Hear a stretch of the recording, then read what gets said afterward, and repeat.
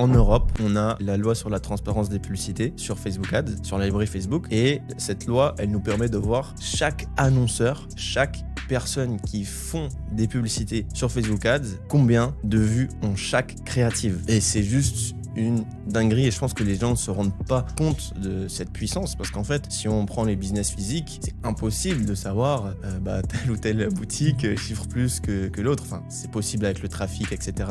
qu'on voit en physique, mais on n'a pas autant d'insight et de data qui est à disposition. Et aujourd'hui, en plus, on a des extensions comme Trend Track, donc qui nous permet de voir en fait exactement combien de spend ont chaque créative et ça nous permet de voir en Europe quels e-commerçants font le plus d'argent avec quelle créative. Et c'est juste un glitch énorme. En US, donc aux US, en fait, on n'a pas cette transparence qui est active. Parce qu'on voit pas les impressions, c'est ça? Voilà, on voit pas les impressions. Et du coup, en Europe, il faut vraiment jouer sur ça. Si vous avez des boutiques en Europe et que vous avez une boutique en France, que vous voyez un Allemand dans la même niche qui chiffre avec telle ou telle créa et on voit le nombre d'impressions, il faut la reproduire le plus rapidement possible. Changer peut-être un peu le hook, modifier peut-être avec l'IA si vous n'avez pas beaucoup de budget, la créative et la lancer en France rapidement. Ou alors simplement faire avec des acteurs UGC, des mini VSL, des UGC similaires que le concurrent et lancer rapidement. Si vous avez du budget, ça c'est le gros glitch